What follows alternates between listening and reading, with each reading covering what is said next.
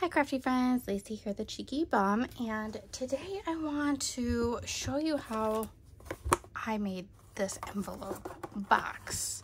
So I have an embellishment box swap, Valentine's swap that I'm doing, and these are the boxes that we're using, and I wasn't quite sure how, obviously the box itself I'm gonna decorate a little bit. But I was like, oh, I don't know how I wanted to do this. I didn't really want to do a belly band, and I didn't know what I wanted to do. And I was thinking, oh, I want to do like an envelope box. So it can be like a love letter type of thing. That's very Valentine's-y. But like I scoured and I could not find anything. I mean, I found some. There's definitely tutorials out there for envelope boxes. But I couldn't figure out how I was gonna translate that to this size, like the size that I needed.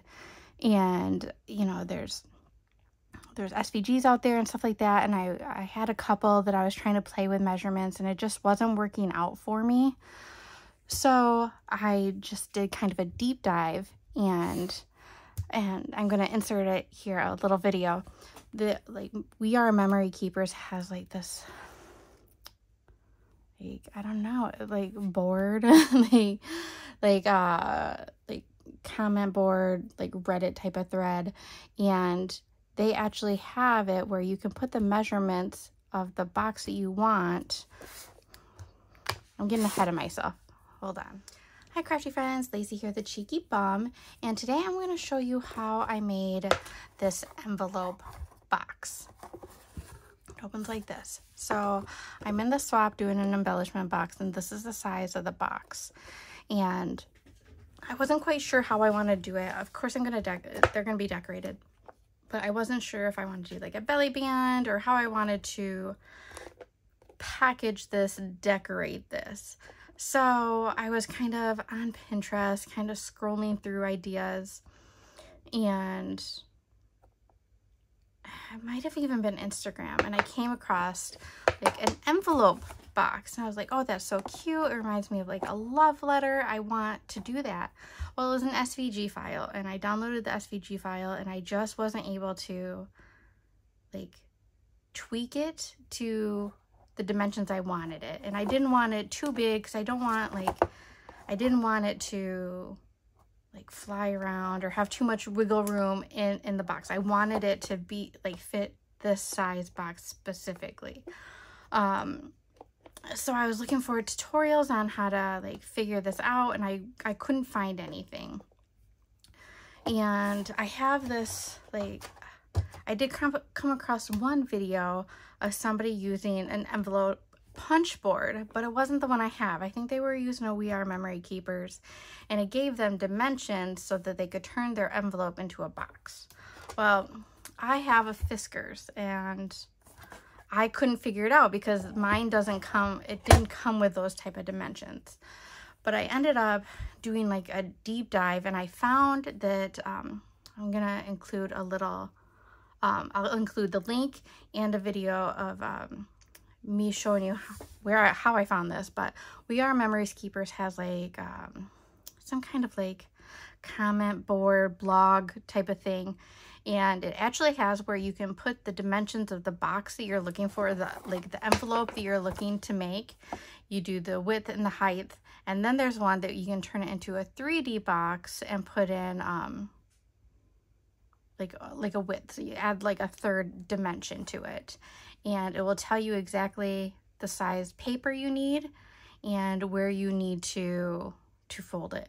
So that being said, I'm going to show you how I made this one right here. So this one, I am using Miss Kate Cuttable's Hey Sugar collection. I've purchased this back in December, so that's what I'm using. I have since, I think, purchased a little bit more paper, and there's probably more paper that I'll end up getting. But this is the paper I'm going to be using today, and I did add a magnet closure, and you'll see that these boxes fit in there perfect. There's not much wiggle room. I could put you know, a card in here if I wanted to. If I put a little bit of a dimension onto the box, that should be fine as well. So this box, where'd it go? It measured, like when I put in the dimensions, again, I'll show you what I did. I wanted, because we have this right here and you have this right here, you have to go a little bit bigger. So I needed an envelope, and I think I put in 7 by 4. And that gave me enough room to wiggle around with, and I think I did an inch width, which it's just under an inch, but that's what I ended up putting in for my dimensions, and it gave me the paper to do. So I'm gonna get my materials around and I'm gonna show you that video real quick. Okay, so I did a screen grab. This is the Crafter's Key blog post, and I will link everything down below, but you can see that it will tell you if you want a snug envelope, a larger envelope, and a 3D envelope. And right here, when you click on like the 3D envelope, it will give you that third option to add a height. So you plug in what your dimensions are for the envelope box you want, and it will give you exactly what you need. So it'll give you the paper size, your first score line, your second score line, and then you would continue on how you would make a normal envelope. Okay, so for the base of my box, I'm using a red out of this. This was from Christmas last year at Michael's, so 2022. And I got it like for a few dollars. And I haven't really used it yet because the colors on the inside are usually not my thing, but it has these reds and pinks that actually play really well with Miss Kate Cuttables. Kaya, go lay down. Hey, no, we're not playing. Because I had a hard time trying to match up colors to this that I had already, like of papers I already had in my stash, but this one actually matched up quite well. So I'm gonna be using the cherries to decorate the envelope with, and the red is the base. Okay, so I'm gonna need to cut this paper at 10 1/16, which seems like a weird measurement, but you know, I'm going with it because that's what the site told me, and my first one turned out fine. So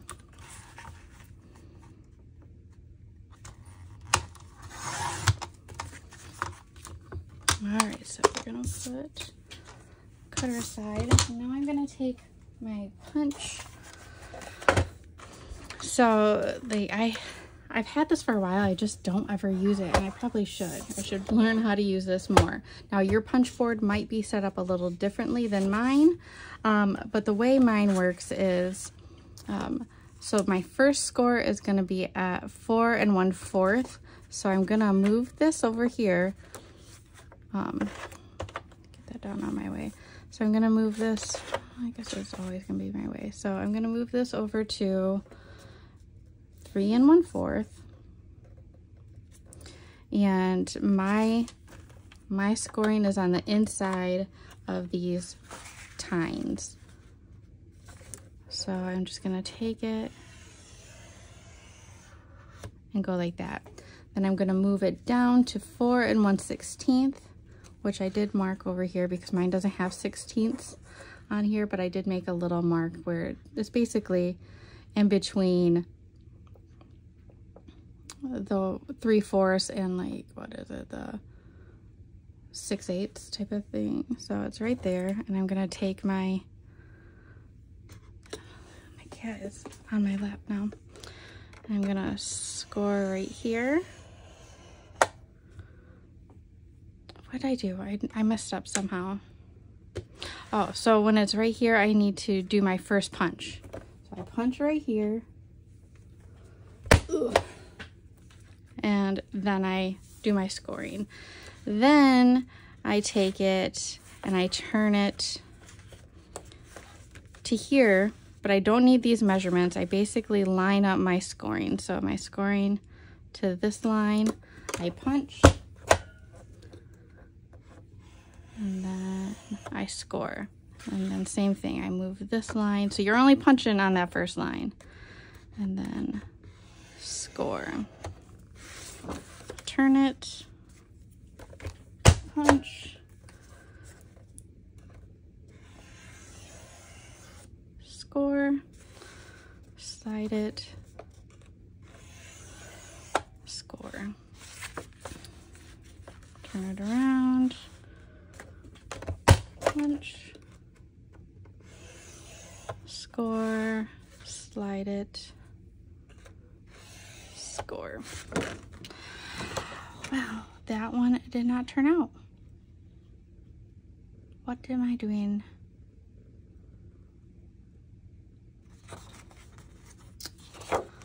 Well, I guess don't do what I did.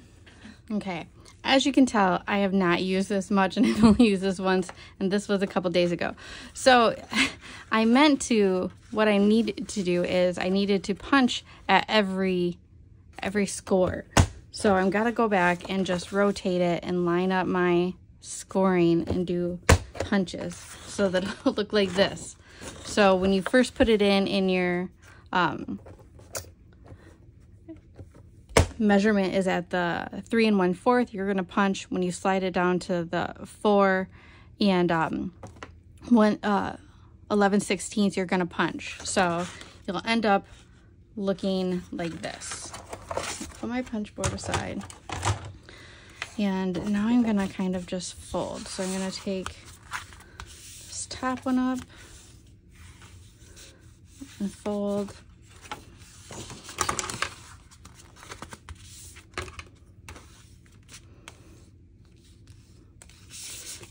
See, this is why we watch tutorials, right? Because yeah, I don't know how I figured this out the first time. And yeah, like I've had this punch board for maybe about 6 months or so, maybe a little bit longer. And I had it because I wanted it in my collection of like tools, because I thought it'd be easy to use. And I just have not played with it, but I'm going to be playing with it more because I need to know what I'm doing.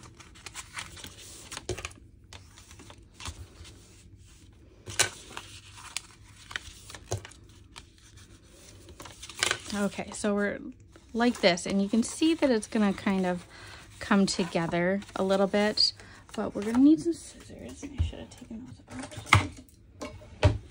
So you need to decide what's gonna be your top and what's gonna be your bottom. I mean, it kind of all looks the same, but if you have a preference, then, you know, that's fine. So I'm gonna take my bottom here, and I'm gonna cut along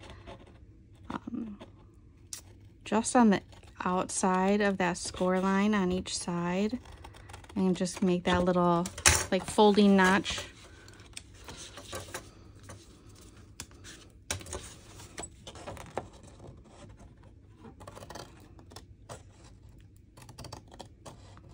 Oh, this one's a little wonky. I don't know why I'm being weird. Okay, so that way we can fold it in. So these will end up being folded in, and this will come up like this. Now you see the envelope.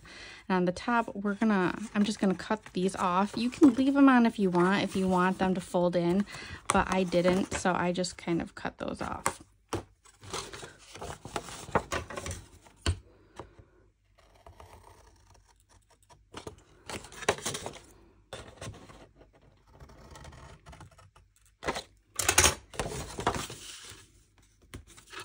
Just like that.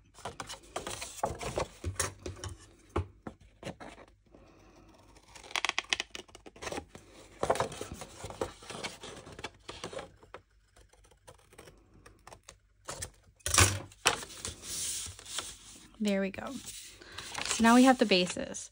And before you put it together, I suggest that you do all your matting and your decorative work, because once it's together, well, first off you have to do these, but I found that it was easier to work with when it was laid flat. So that's what I'm going to do. And I did also add the magnets. So I have a magnet here and a magnet here, and I did that underneath my paper. So for the matting, where is it at? So I do a prototype with almost everything I do before I like dive into my pattern papers because I get so upset when I ruin a piece of paper that had a beautiful pattern, and especially like with certain collections, you only get one sheet of that. So yeah, I get really upset. So I did like a little layout here, and so what I did is I just kind of cut a square, a 5 1/4 square, and then cut that square in half for these. So I will show you that, but first you're gonna want to lay like your magnets. So I use these magnets, I'll link them, they're off of Amazon. So I grabbed 2, and I like to take a Sharpie and mark the outside of them so I know what side I'm gluing down. I just kind of set that aside. So this is when you're going to want to play with it a little bit. And sometimes there's a lot of weighting, especially when you work with magnets. So you're going to want to figure out, oops, I'm going to want to round my edges as well, and I didn't. So I don't need to round these because these will be covered. I'm just going to round this point and this point.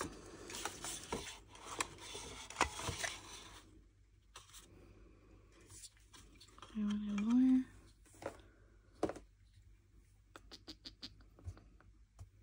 Let's see.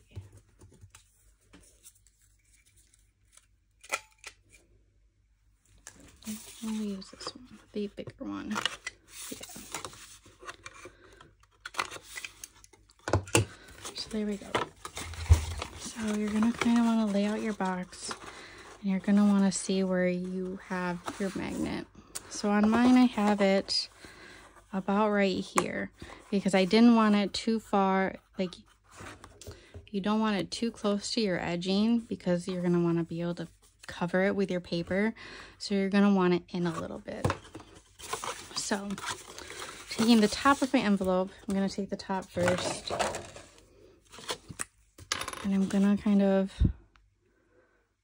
probably right there, I think will be a good spot. I'm gonna just take one of my magnets and I'm gonna put it with a Sharpie piece facing down. Just press it in. And we're gonna let that dry. I usually put something on it so it stays flat because they will slide. So just kind of lay that flat.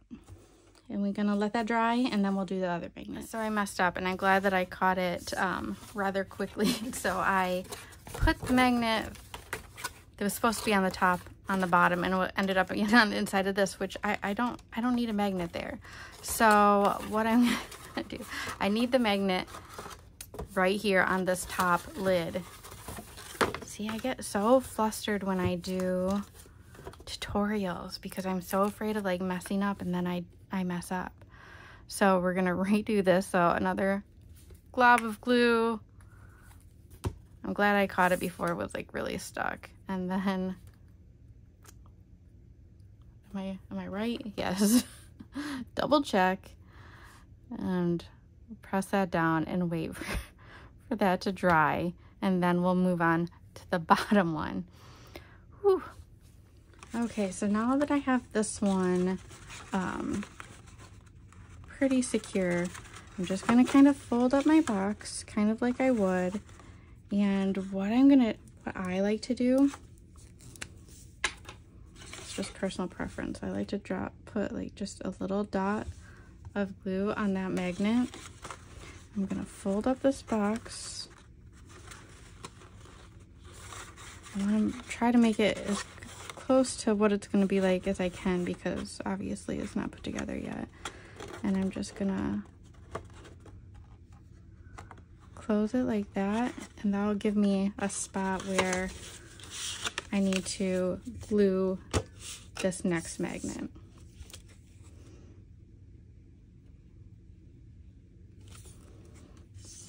Just like that.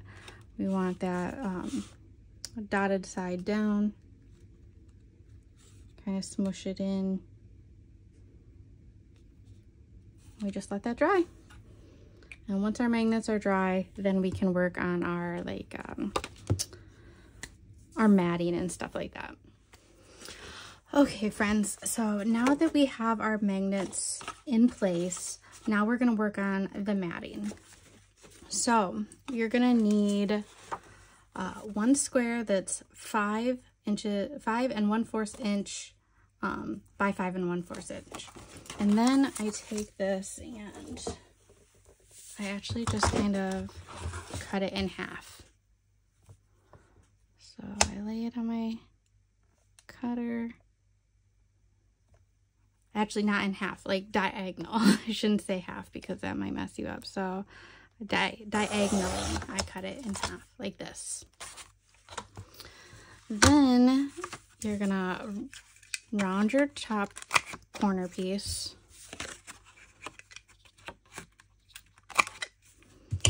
And then what I did is, because I gave it like a quarter, is it a 1/4 inch border? Yeah, somewhere around there. Maybe it's a no, it's an 1/8 of an inch border that you'll get on all sides. So if I fold it like this,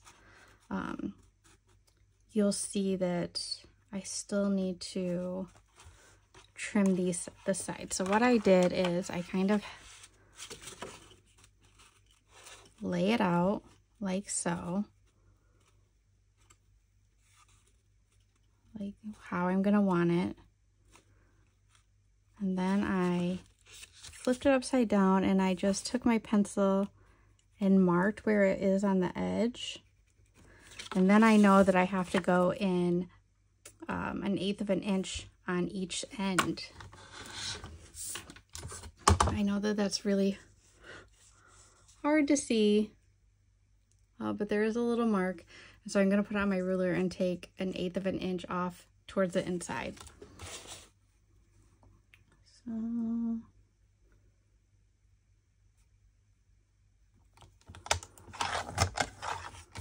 like so. I'm going to do the same thing to this side.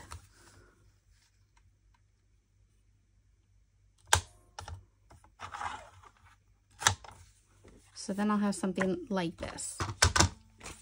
And when you put it down, like when you check it again, you might have to trim off a little bit more if it's not quite up to your standard, but it's like that. And then all I did was take my other one and line it up the same way and make my line. And this time I'm going to cut right on the line, just like that.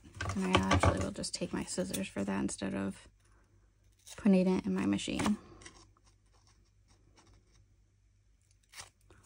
Oops, make sure it's straight though.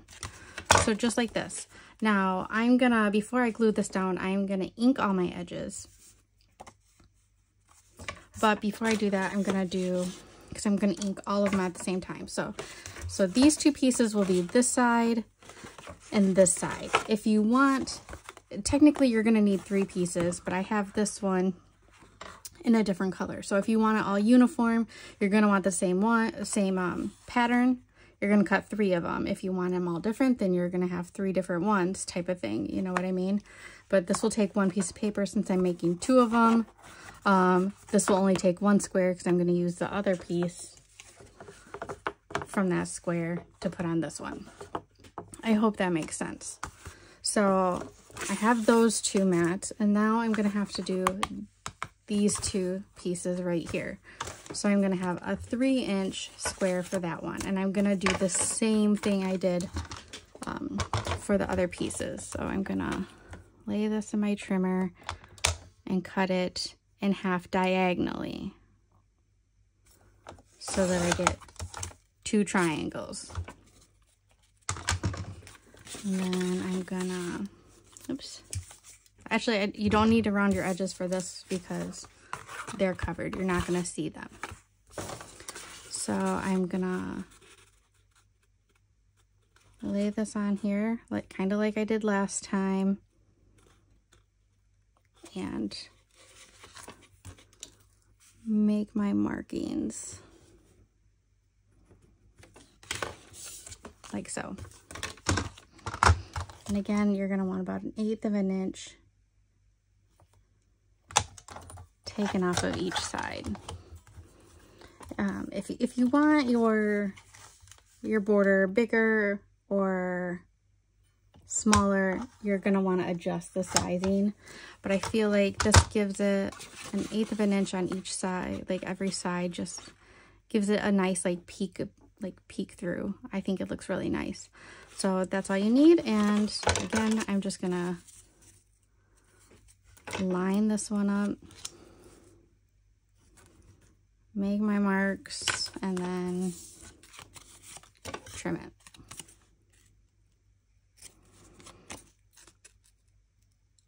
So I'm going to ink all of my edges, and I will be back. If you don't want to ink your edges, obviously you skip it.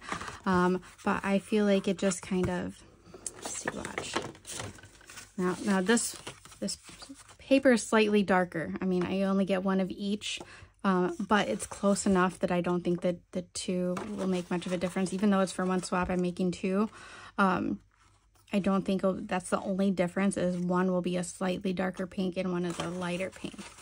But if you hold it up here, you see like the edges are nice and clean, but I kind of like the blended look of the inked edges. So that's what I'm gonna do. And if you're wondering, I'm inking with Abandoned Coral. So I'm gonna ink my edges real quick, and then I will be back to do the rest. Okay, so I have my edges inked, and I'm gonna start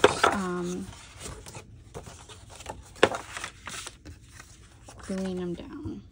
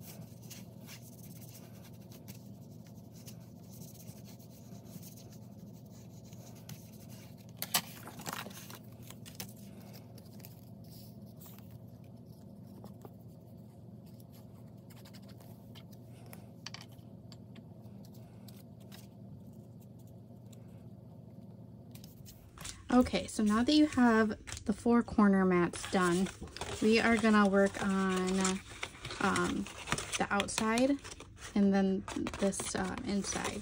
So for the outside, you're gonna need 2 that are 3/4 of an inch by 6 3/4 of an inch, and you're gonna need 2 that are 3/4 of an inch by 3 3/4 of an inch.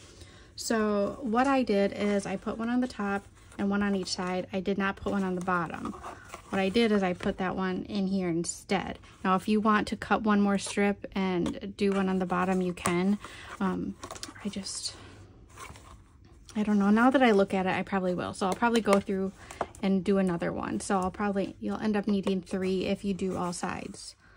If you do it just like it is now, you would only need 2. One for this, the inside, and the outside of that top lid, and then the two sides. Sorry, excuse me.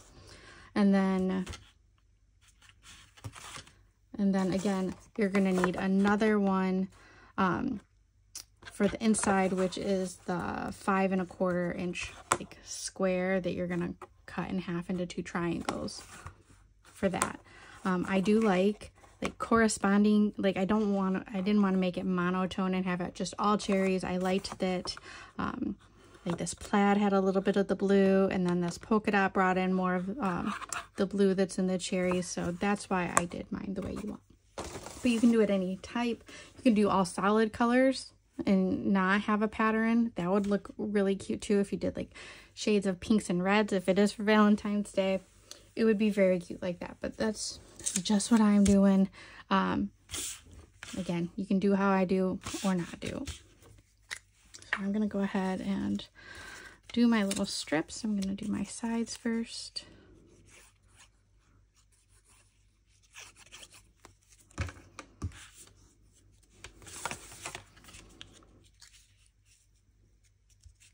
Again, you can do this after you put it together. I just thought that it was a lot easier to do it while it's flat so that I can varnish it and make sure they're stuck on there really well. If you do it after the fact, because I did this one after the fact, I really had to like try to like get in there with my hand and like manipulate the envelope in order to get it on. So do it while it's flat. That's my tip. But again, you do it how you want to do it.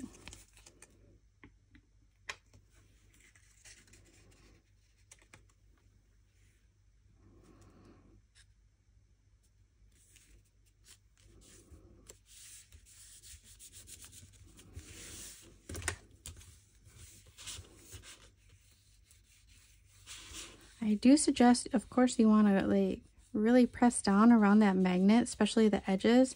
But if you press too much like around it, there is a chance that you might tear your paper. So I just make sure that I get the edges around it really well without like going right around the magnet itself.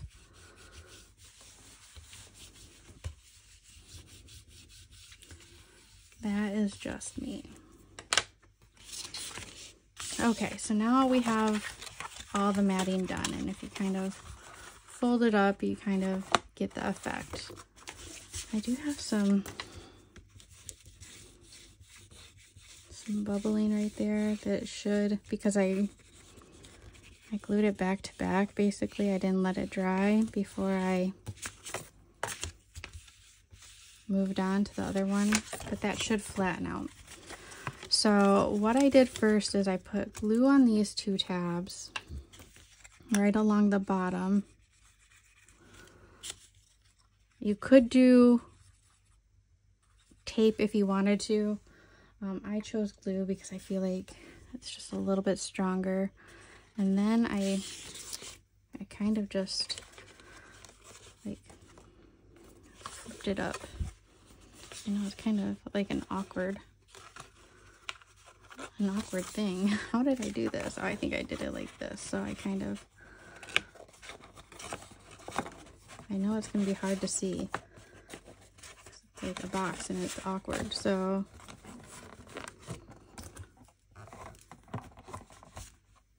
I'm going to kind of fold it up. Make sure you're getting it right tight to the edge. The same one on the side.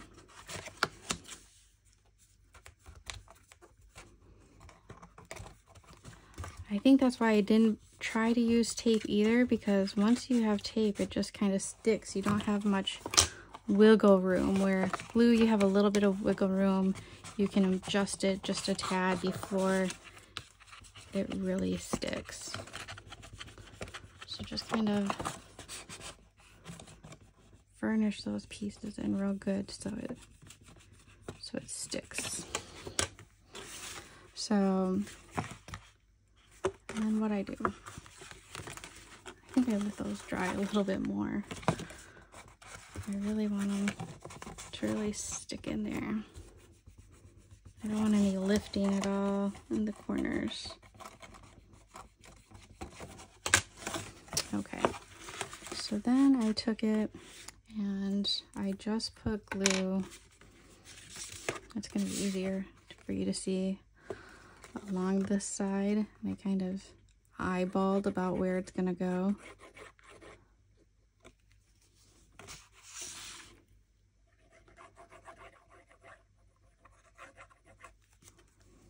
Kind of like so.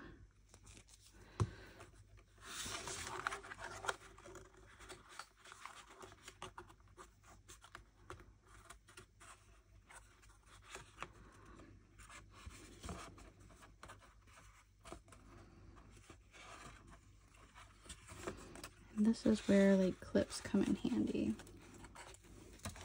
Get some clips out. So I'm gonna clip each side, and then I'm also gonna kind of flip it like this so I can get in there.